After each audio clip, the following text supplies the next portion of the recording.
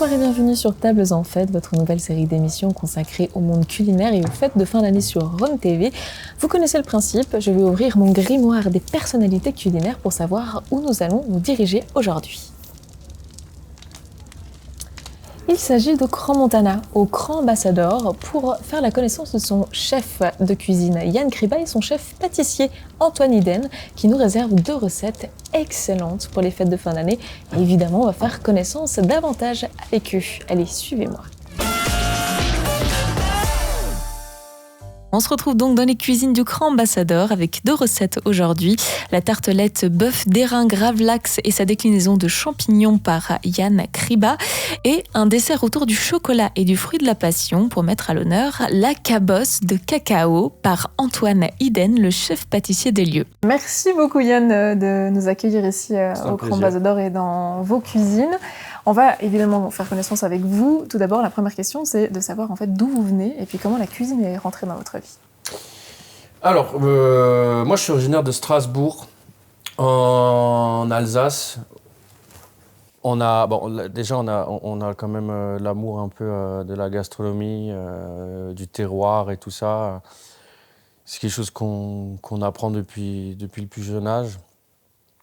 Moi, que ce soit chez ma grand-mère ou chez ma mère, c'était toujours des recettes qui se transmettent de génération en génération. Ça fait environ 8-9 ans que je suis en Valais. Et je me sens très bien en Valais parce que je retrouve un peu les mêmes idées qu'en Alsace. Hein. Je veux dire, on est amoureux de notre terroir, de notre culture. Et je ressens un peu la même chose en Valais. On m'a toujours appris, dès mon plus jeune âge, à tout goûter.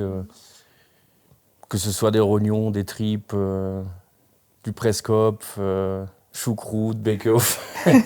Enfin voilà quoi, c'est quelque chose. Et c'est pour ça que c'est des plats que je continue. Que je continue vraiment à apprécier de travailler. Parce que même si maintenant on est dans un niveau un peu plus gastronomique ou autre, on prend toujours plaisir à travailler des vieilles tambouilles comme la grand-mère le faisait ou autre, quoi. Est-ce qu'elles vous ont transmis les recettes ou pas? C'est secret Certaines, encore. Ouais. Certaines, il y en a secrètes? Pas toutes. Alors, j'ai ma maman qui m'a légué il y a une semaine à peu près son vieux livre de recettes alsaciennes. Et elle a essayé de me le trouver, de me trouver un exemplaire à moi. Elle n'a pas réussi, donc elle me l'a légué quand même. Ça me fait vraiment très plaisir. Vous avez déjà un peu fouillé les recettes pour l'inspiration? Ouais. Bien sûr.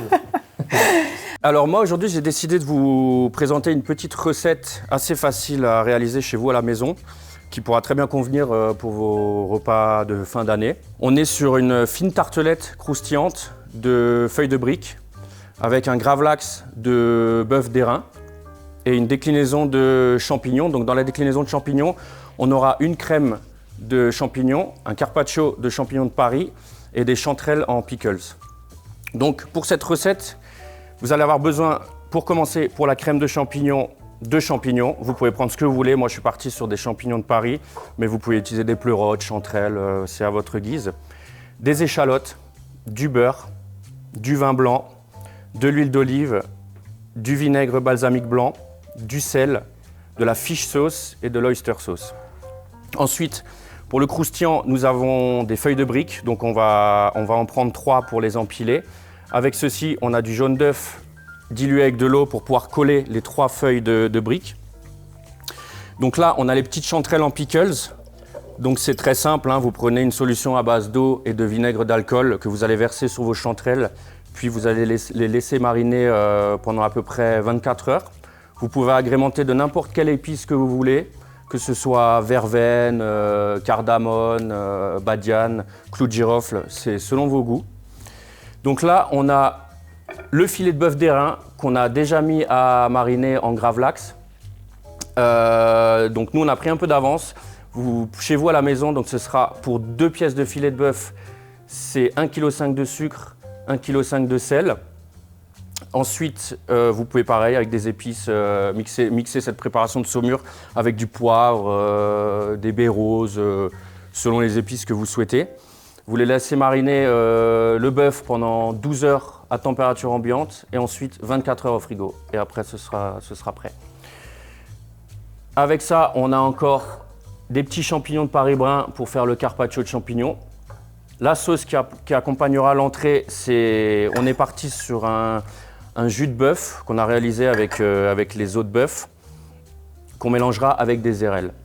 Ensuite, pour l'assaisonnement, c'est fleur de sel, piment d'Espelette, citron vert, poivre, ciboulette et huile d'olive et jus de citron.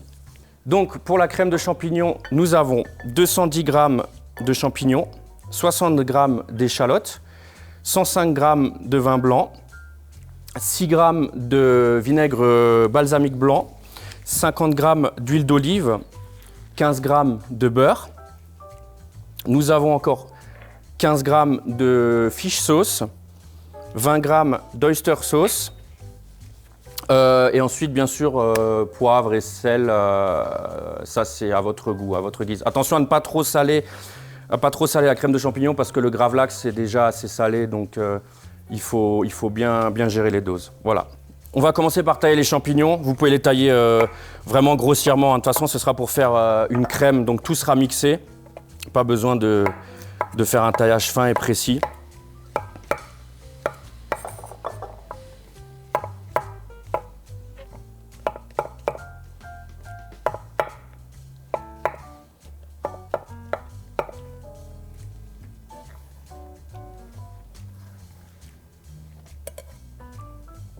Voilà, alors ensuite, on va procéder au même taillage avec les échalotes. Même principe, hein, pas besoin de faire un taillage précis, ce sera mixé.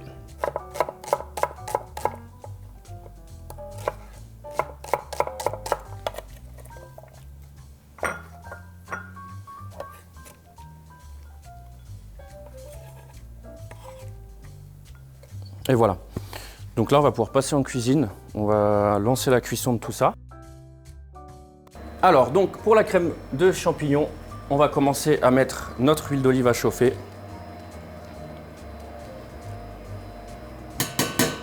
Nous allons y ajouter le beurre. Donc, on ne met pas que du beurre, parce que le beurre tout seul, il va brûler. Et donc, ça va donner une amertume, mais ce n'est pas trop ce qu'on recherche. Donc, on laisse bien fondre tout ça. Voilà. Une fois que le beurre il est fondu, on va rajouter les champignons. Et les échalotes. Donc voilà, on remue bien, on fait attention à ne pas attacher le fond de la casserole. On va laisser suer ça. Donc suer, ça veut dire qu'on va le rendre un peu nacré. Donc voilà, on laisse ça gentiment.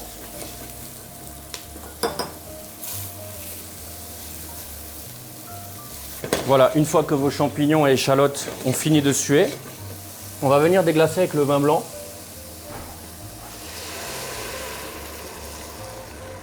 Et le vinaigre balsamique blanc. Et donc maintenant, pour finir la cuisson, vous pouvez le laisser à feu doux avec un couvercle pendant environ une demi-heure. Donc justement, on a parlé, hein, vous avez baigné dans la cuisine depuis petit, dans ces saveurs-là et puis dans ce terroir. Mais comment vous êtes arrivé vraiment au métier de cuisinier? Est-ce que ça a été évident depuis petit? Évident, je sais pas, mais je l'avais toujours dans un coin de la tête. Et puis, un beau jour, au moment venu, je me suis lancé, quoi, hein. Donc j'ai commencé mes études en lycée professionnel. Ensuite, j'ai fait quelques années en 3 étoiles. J'ai rencontré des très très bonnes personnes là-bas. C'était vraiment une très belle expérience. C'était certes difficile, mais au final, j'en garde des très très bons souvenirs. Et puis, si c'était à refaire, je le referais. Ouais. Donc, c'est un métier qui vous passionne? De toute façon, pour ce métier, il faut être passionné. Les horaires sont difficiles, le rythme de travail peut être quand même assez stressant. Même si maintenant les choses ont quand même nettement évolué, on n'est plus sur l'ancienne école, vraiment on fait énormément d'heures. Là quand même maintenant les heures sub commencent à être payées en cuisine. on est plus maintenant dans un management passif, on va dire. Enfin, pas passif, mais quand il faut être strict, il faut être strict. Mais on n'est pas des tyrans. On a quand même vraiment nettement amélioré le management. Mais voilà, ouais, c'est... Donc on vient d'évoquer vos années de formation en France. Comment vous êtes arrivé ici en Suisse? Par l'amour de la montagne. C'est vraiment un domaine que j'apprécie beaucoup. Je suis parti en vacances une fois ici à Crans-Montana avec un ami. Et j'ai eu vraiment le coup de cœur pour la station. Alors, parce que j'ai fait plusieurs autres stations en France. Et j'ai vraiment retrouvé quelque chose ici de très cosy, de très naturel. C'est vraiment, j'ai un amour pour cette station. Je me verrais mal, j'ai pas choisi vraiment forcément la Suisse, j'ai choisi Crans-Montana. Je me verrais mal retourner dans une ville ou autre pour y vivre. Donc pour le moment, je me vois encore quelques années ici à continuer. Ouais.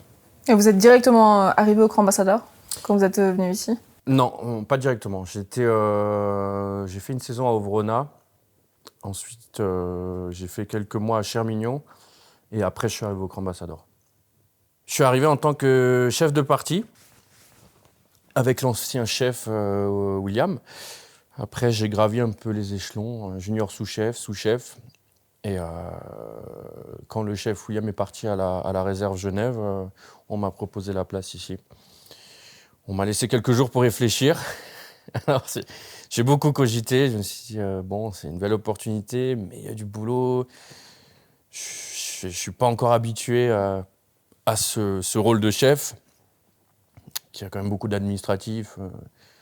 On passe moins de temps en cuisine, mais j'ai appris un peu sur le tas, petit à petit. Alors, j'ai fait des erreurs en débutant, mais après, petit à petit, on apprend de ses erreurs, on rectifie au fil des saisons, et puis voilà.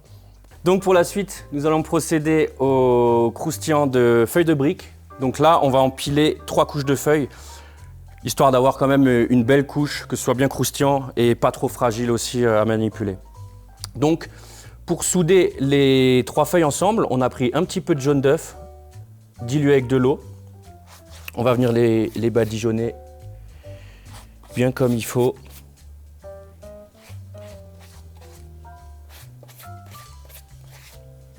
J'ai badigeonné la première feuille, ensuite je pose la deuxième. On va venir bien les souder ensemble.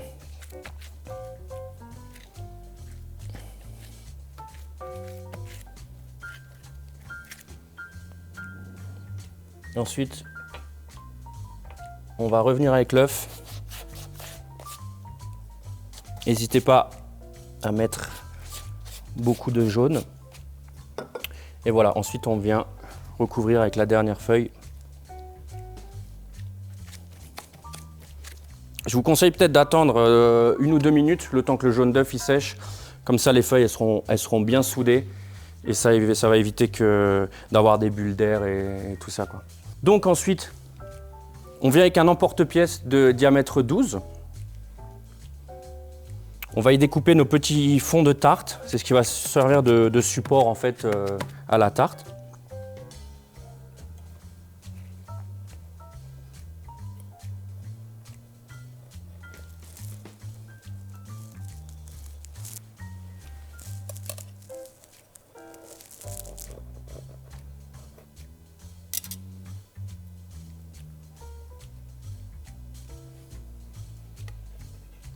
Et voilà. Maintenant, on va recouvrir avec un autre Simpat. Donc chez vous, vous pouvez utiliser à la place du Simpat le papier sulfurisé. Il n'y a pas de souci, ça fait l'affaire. On va la recouvrir. Voilà. Et ensuite, on va remettre une plaque par-dessus. Comme ça va éviter que pendant la cuisson, le fond de tarte se gondole. Il va rester bien droit. On aplatit un peu. Et voilà. Donc, nous allons enfourner nos fonds de tartelette au four en chaleur sèche à 15 degrés pendant 10 minutes.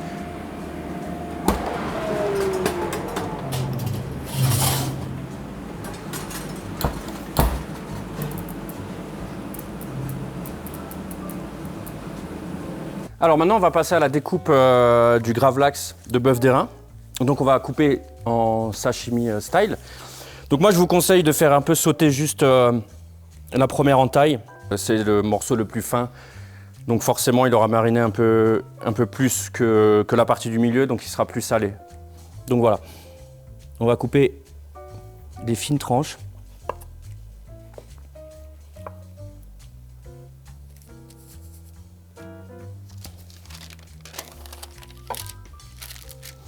Donc on va réserver ça au frigo le temps de finir le reste de la préparation. Donc prochaine étape de la recette, on va tailler les champignons de Paris bruns en carpaccio. Donc on va s'aider d'une mandoline pour faire ça. Vous pouvez le faire au couteau à la maison, mais bien faire attention que ce soit taillé très très fin. C'est assez important. Donc on va vraiment il faut pas appuyer quoi. Il faut juste laisser glisser le champignon, histoire d'avoir quelque chose de très fin et très léger.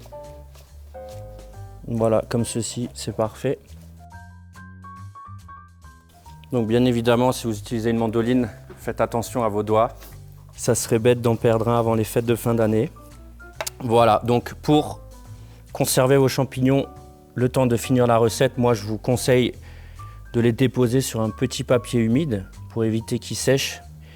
Vu qu'ils sont taillés très fins, ça sèche très très vite. Et on vient les recouvrir pareil avec un petit papier humide et on va les laisser au frigo.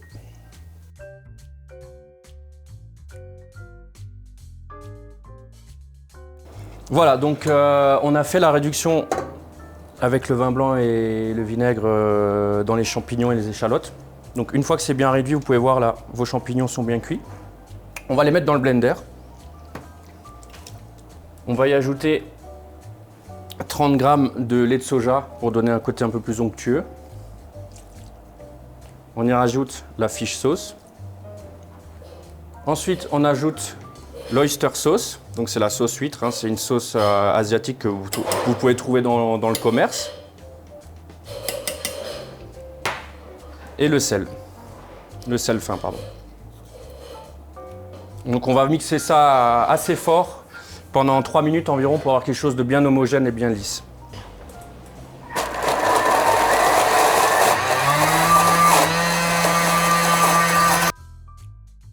À partir du moment où vous venez de France, est-ce que vous avez gardé quelque chose de la France ici dans votre cuisine? Oui, je garde quand même pas mal de techniques et de recettes de France. Mais après, on adapte. Hein. J'ai plus une cuisine du monde, on va dire. Hein. Je peux travailler plein de produits, que ce soit du sérac d'alpage, des abricots du Valais, avec des plats un peu plus exotiques. J'ai pas vraiment une cuisine française ou valaisanne ou autre. Le but, c'est d'aller voir plus loin, quoi, de faire une cuisine du monde. Ouais. Donc évidemment, vous venez d'une région où Noël, je pense, c'est une étape importante dans l'année. Est-ce que vous avez un souvenir justement des fêtes de fin d'année de votre enfance que vous voudriez nous partager aujourd'hui? Les souvenirs, j'en ai plein. Ça, j'imagine. Plein concernant les marchés de Noël, le vin chaud, le saumon fumé, le foie gras, le sapin de Noël, la crèche. Enfin vraiment, pour moi, Noël, c'est quand même très important. Maintenant, ça me chagrine un peu de ne plus pouvoir le fêter avec la famille, mais bon, après, ça fait partie du job.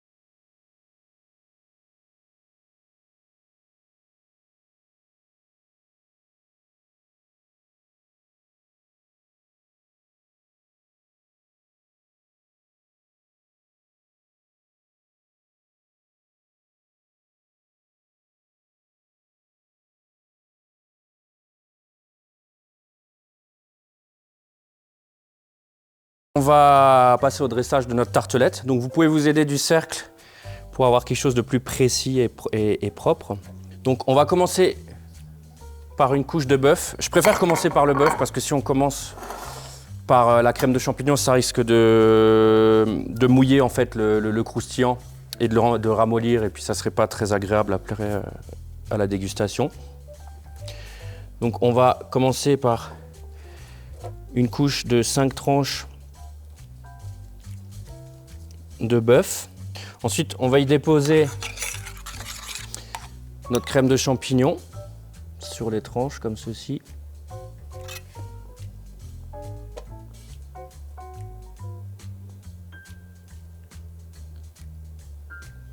Alors on essaie d'aller un maximum sur les bords sans trop dépasser.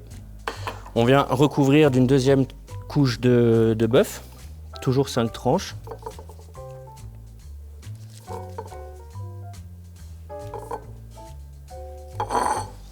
On va venir avec notre petit carpaccio de champignons de Paris. Donc le but c'est de donner un peu de volume, hein, de relief. On va les poser un peu en pagaille. Alors, on va venir assaisonner nos champignons avec un peu d'huile d'olive citron. Ça va aussi donner un petit côté brillant et acidulé. Moulin à poivre noir. Un petit peu de fleur de sel. Le piment d'Espelette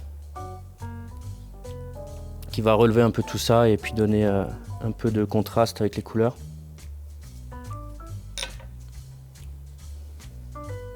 De la ciboulette, taillée très finement.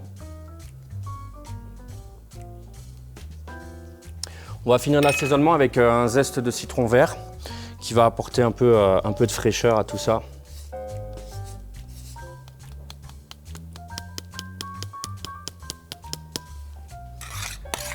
Moi, je vous conseille de mettre un petit point de crème de champignons au fond de l'assiette. C'est la petite astuce pour pas que la tartelette glisse dans votre assiette. Donc on va enlever le cercle. Voilà.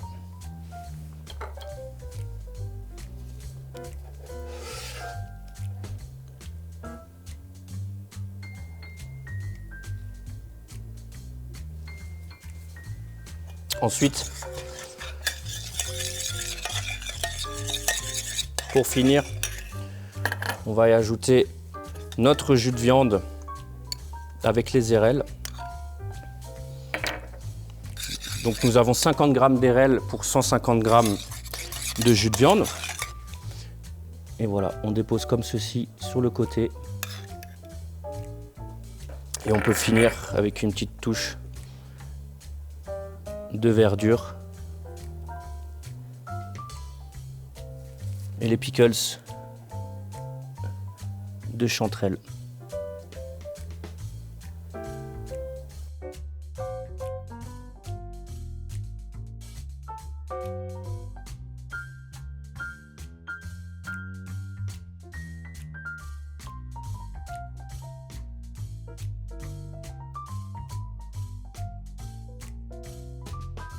La viande, c'est excellent. Il y a ce côté salé et tout. C'est trop bon.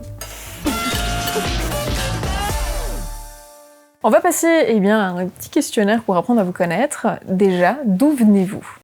Alors, je viens de Champagne-Ardenne, du nord-est de la France, près de Reims.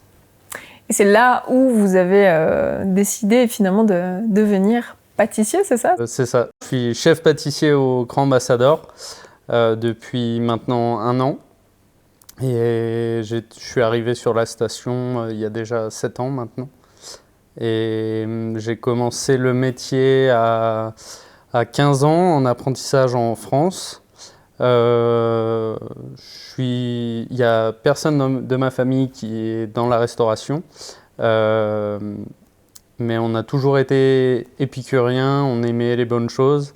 Du côté de mon père, on est très gourmand. Mon arrière-grand-mère avait l'habitude de dire un Un repas sans dessert, c'est une journée sans soleil. Donc Magnifique. le dessert avait toute son importance. Donc vous appréciez quand même le sucré. En travaillant dedans, H24, on peut le dire quand même, la plupart du temps, les pâtissiers sont plus salés et les cuisiniers sont plus sucrés. Mais plus jeune, vous appréciez quand même les desserts et Oui, vous j'ai avez toujours été gourmand et aujourd'hui, je garde cette trace dans ma pâtisserie. Du moins, j'essaye toujours d'équilibrer mes desserts. On peut faire des desserts gourmands, mais pas sucrés. Et c'est vraiment l'objectif et le point d'orgue que je mets sur ma pâtisserie. Essayer de faire des choses légères, de saison, en respectant le produit. C'est une chose qui me tient énormément à cœur. Quand on travaille un fruit ou quelque chose, il faut le mettre en avant, il faut que ça parle au client, il faut qu'il le retrouve. Donc j'essaye de faire des choses lisibles, que ce soit dans le goût et dans le visuel. Et toujours avec l'amour du métier et avec ces valeurs familiales qui me tiennent à cœur. Et justement, vous parlez de votre arrière-grand-mère. Est-ce qu'il y a un dessert particulier qui vous a marqué d'elle? Alors, de mon arrière-grand-mère, non. Après, j'avais mon grand-père maternel qui était boulanger. Donc, ça m'a toujours... Quand j'ai commencé le métier, du coup, on a beaucoup discuté ensemble. On a pu faire notamment des pâtés en croûte. Donc là, pour le coup, c'est du salé. C'est ça. Mais non, c'était des très bons moments de partage. Et puis, mon grand-père était très connu très reconnu dans la région pour sa brioche, notamment ses gâteaux mollets. Donc, j'ai pu hériter d'un peu de matériel de lui et c'est pareil, ça me tient toujours à cœur et il y a toujours une certaine émotion quand je lance encore des brioches aujourd'hui pour le petit-déj de l'hôtel. Il y a toujours une pensée à mon grand-père quand je les sors du four. Est-ce que vous avez travaillé un dessert autour de la brioche aussi? Alors on avait les 2 dernières cartes cet été et l'hiver dernier, on avait un pain perdu avec donc une brioche qu'on faisait revenir. Et on faisait un pain perdu avec une brioche du coup. Donc là pour le coup c'était goût gourmand et un peu food porn on va dire. Mais quand je l'ai présenté au chef par exemple, c'est là où on voit l'amour du sucré des cuisiniers. Il m'a dit oh, ça c'est bon ça. C'est la gourmandise. C'est ça, là c'était la gourmandise. Magnifique. Donc on a choisi ce dessert pour représenter donc la forme de la cabosse de cacao avec en travaillant un chocolat d'origine du Pérou puisque ce dessert est servi à la Muña, notre restaurant japonais péruvien. Alors on va commencer par la pâte sablée. Donc on commence avec le beurre.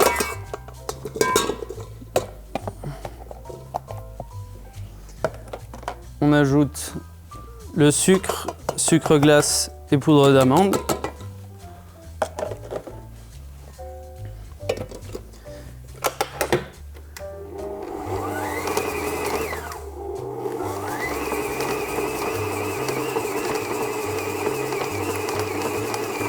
Ensuite, on ajoute les œufs.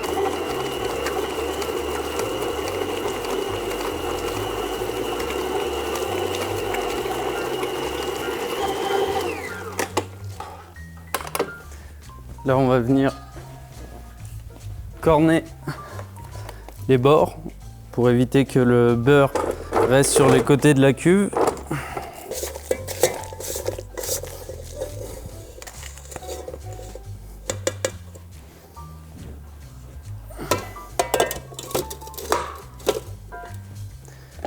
Et on vient ajouter la farine.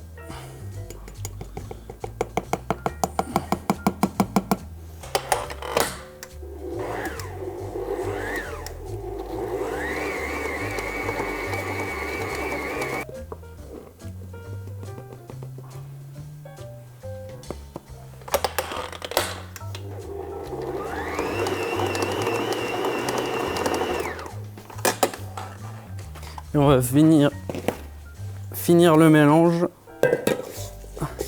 à la main pour ne pas trop travailler la pâte.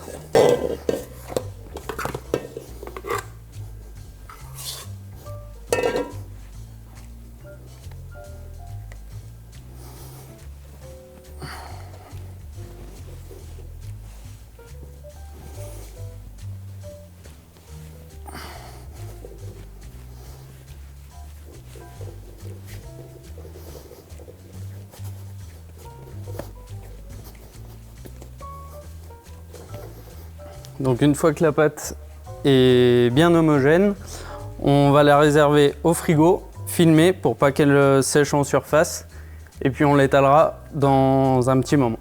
Du coup, notre pâte a reposé. Donc la petite technique, je viens étaler entre deux feuilles cuisson.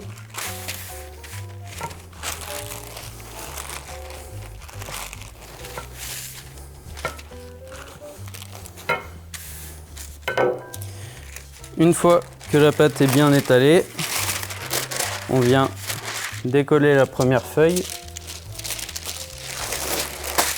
On la retourne. On décolle l'autre partie. On vient prendre nos moules. On vient en porte-piécer avec notre forme ovale. On vient prendre notre pâte délicatement, la positionner sur nos moules.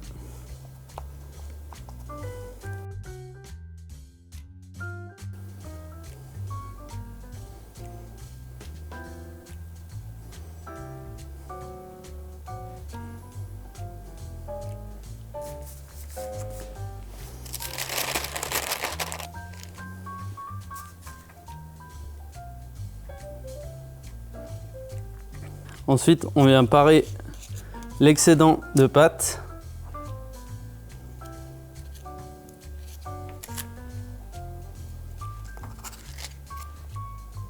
Pour que les bords soient bien lisses et épousent parfaitement le moule. Au four à 180 degrés pendant une dizaine de minutes. Et puis, si on vient sur le thème justement des fêtes de fin d'année, est-ce que vous avez un souvenir à nous partager de vos Noëls d'enfance ou votre rapport à Noël, pourquoi pas?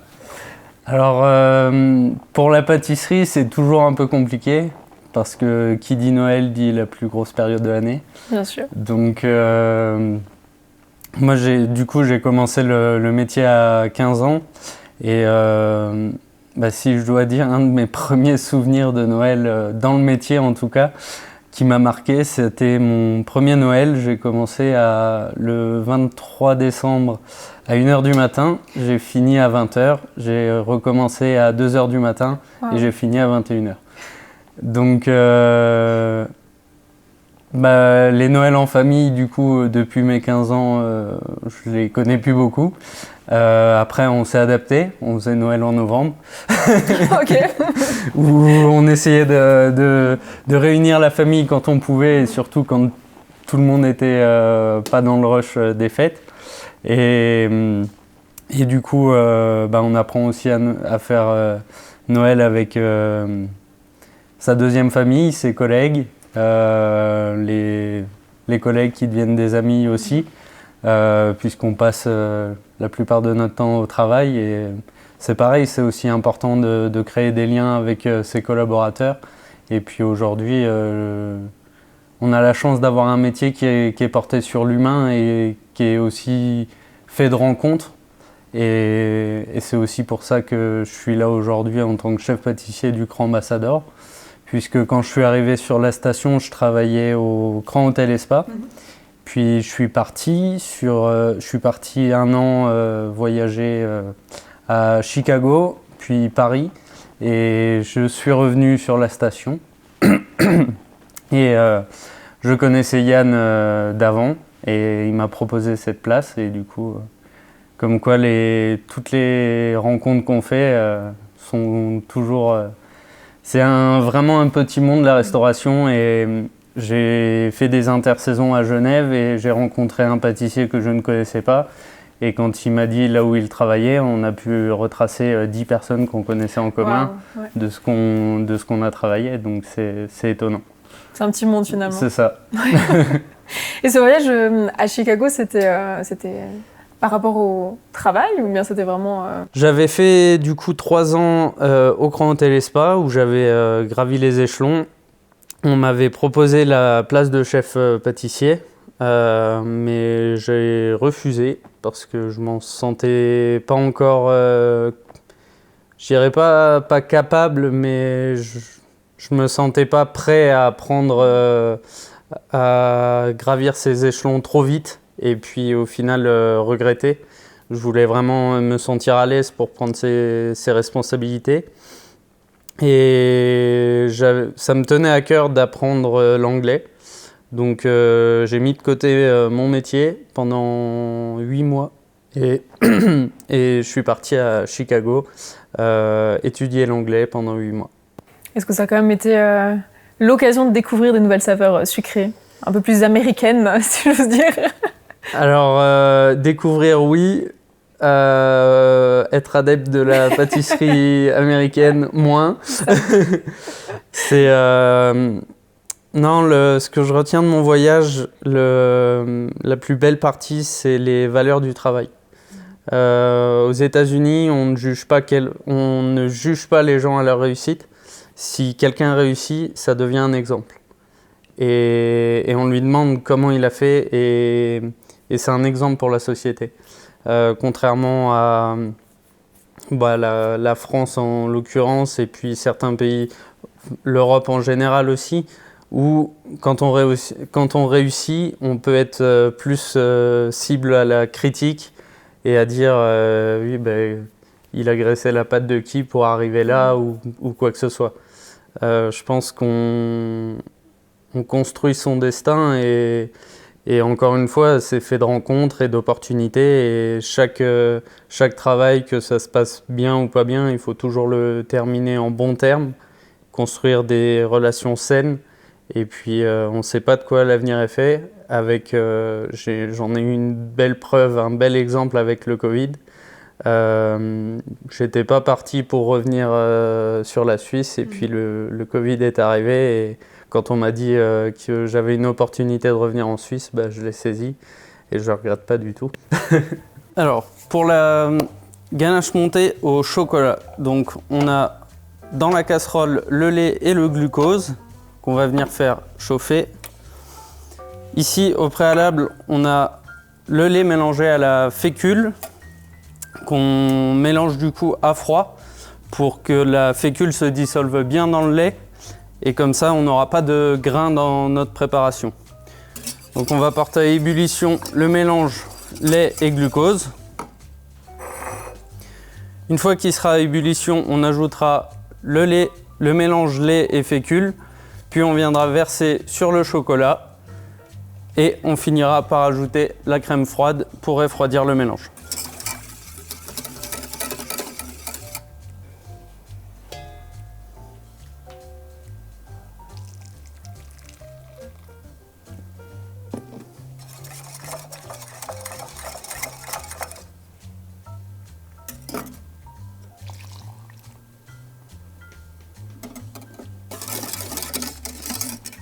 Donc on a ajouté notre fécule, on vient donner une ébullition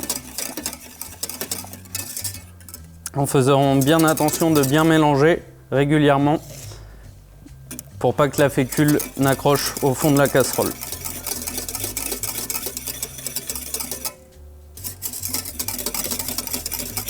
Notre mélange est à ébullition, on vient verser directement sur le chocolat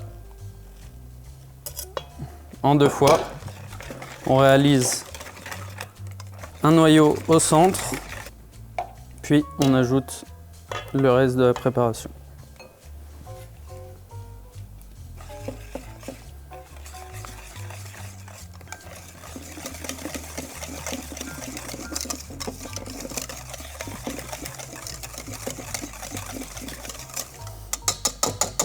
Avant d'ajouter la crème, il faut bien faire attention que tout le chocolat soit bien fondu pour qu'il n'y ait pas de morceaux après cristallisation de la ganache montée. Il n'y a plus de morceaux, j'ajoute la crème froide.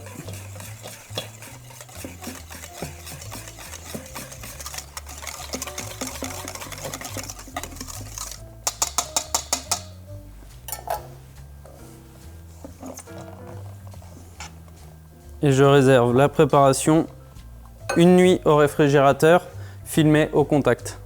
Ensuite, pour la préparation suivante, on va préparer le crémeux à la passion, aux fruits de la passion. Donc, dans la casserole, on a de la pulpe passion ou jus de passion. Dans le cul de poule, on a les œufs et le jaune d'œuf. On va ajouter le sucre.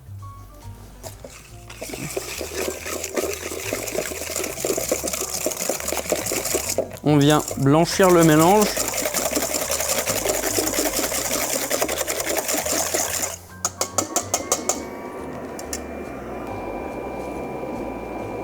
Une fois que notre pulpe bout, on vient verser sur le mélange œuf jaune et sucre. Bien mélanger.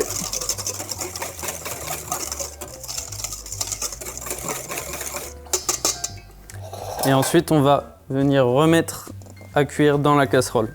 Je fais le mélange hors du feu.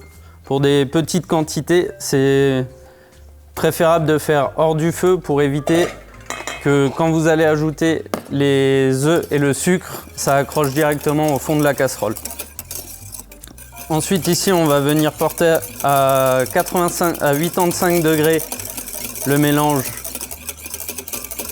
de notre crémeux.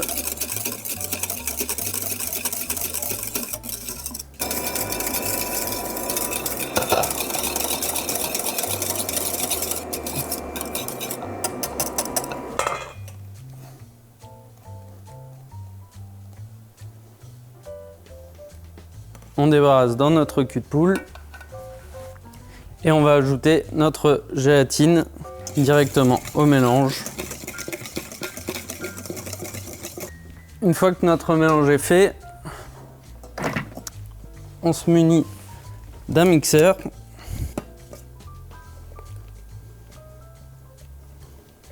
On vient ajouter notre beurre congelé. En ajoutant le beurre congelé, ça évite de devoir attendre que le crémeux refroidisse à 40 degrés et d'ajouter le beurre.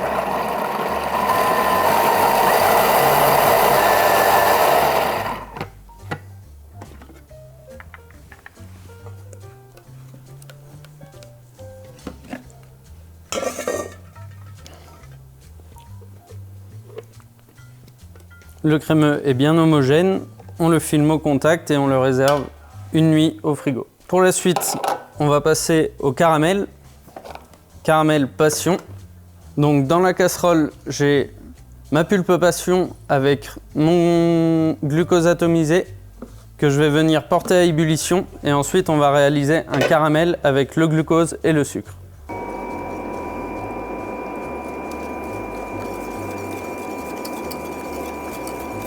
Notre mélange est à ébullition, on le réserve de côté et on va réaliser le caramel. Pour le caramel, j'ai mis mon glucose en premier dans la casserole. J'ai choisi une casserole un peu plus grande puisqu'on va venir décuire avec la pulpe passion. Et à ce moment-là, il faut un contenant beaucoup plus grand que le premier pour pouvoir être plus à l'aise à décuire le caramel. Je vais ajouter mon sucre en 2 fois.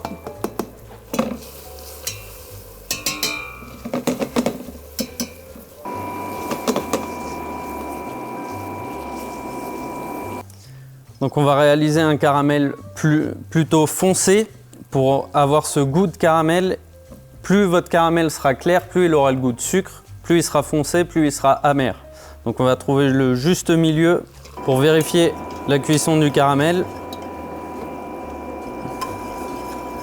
Vous venez tremper et regarder la goutte. Mon caramel est brun foncé, Je viens d'écuire avec la pulpe passion.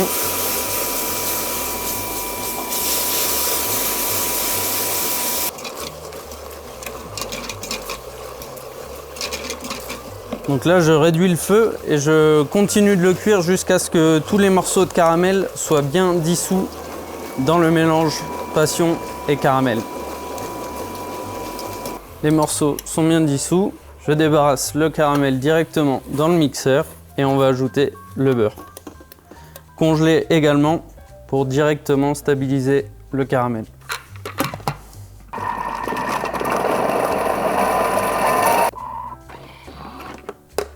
Le beurre est bien incorporé, le caramel est bien homogène.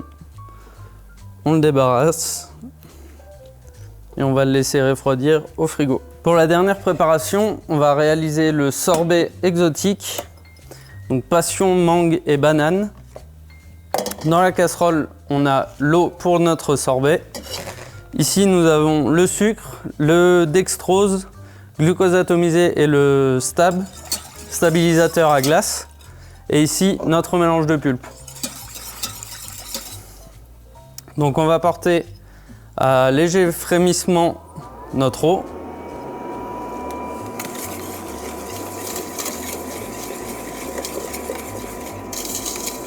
Quand notre eau commence à frémir, on ajoute les poudres.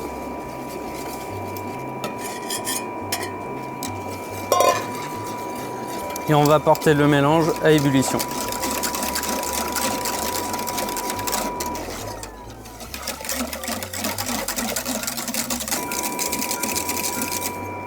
Le mélange est à ébullition. On le verse directement sur nos pulpes de fruits et on va venir mixer avec le mixeur.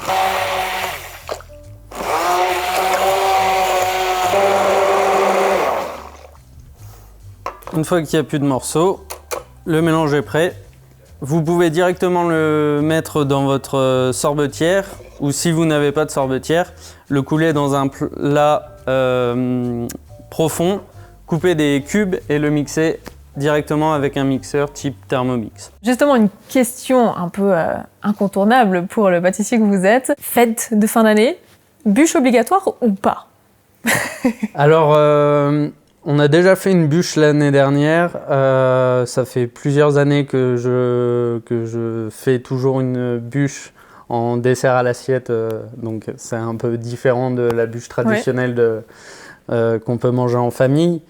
Mais cette année, je pense que c'est encore en réflexion pour le moment. J'attends d'avoir mon équipe au complet pour pouvoir y réfléchir ensemble aussi. Puisque c'est pareil, je suis le chef pâtissier, j'aurai le fin mot de l'histoire quand même, mais j'aime faire participer mes équipes aussi, prendre les idées de chacun et puis essayer de faire cet événement tous ensemble. C'est aussi important. Donc, je ne sais pas. Pour le moment, ça reste encore un suspense. On restera sur les thèmes de Noël. Ce sera peut-être une boule de Noël ou un bonnet, ou je ne sais pas encore. Ou alors on restera sur la traditionnelle bûche peut-être. En tout cas, pour découvrir tout ça, c'est qu'il faut venir ici pour découvrir votre carte. Donc j'ai fait fondre mon chocolat noir à entre 45 et 55 degrés. Ici, on va venir le tempérer. Donc je verse à peu près 2 tiers sur le marbre. Je viens étaler finement mon chocolat pour le laisser refroidir.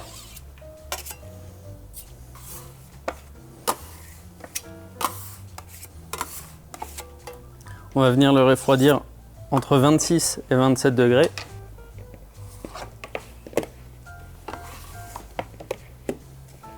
Et on va l'utiliser entre 30 et 31 degrés.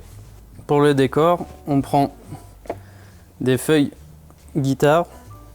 On vient étaler un petit peu de chocolat. Et avec un rouleau, on étale finement. On laisse cristalliser le chocolat. On vient détailler nos formes. Et on va venir enrouler sur un rouleau pour donner la forme galbée. On réserve au frigo à peu près 5 minutes et on pourra les démouler. On va passer donc au dressage.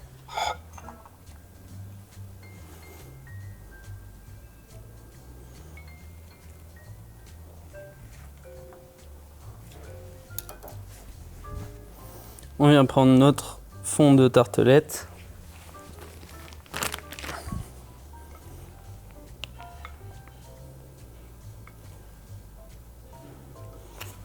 Notre ganache au chocolat.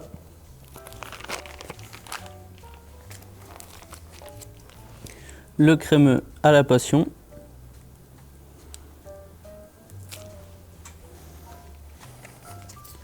Le caramel à la passion.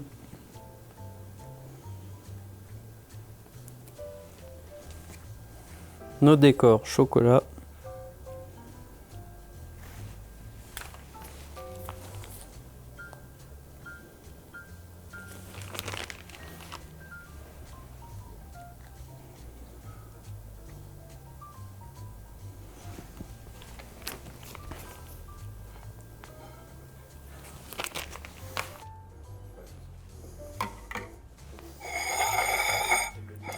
Et voici. Merci beaucoup Antoine. Et Merci puis à vous. quant à nous, on va se retrouver la semaine prochaine pour une nouvelle découverte culinaire.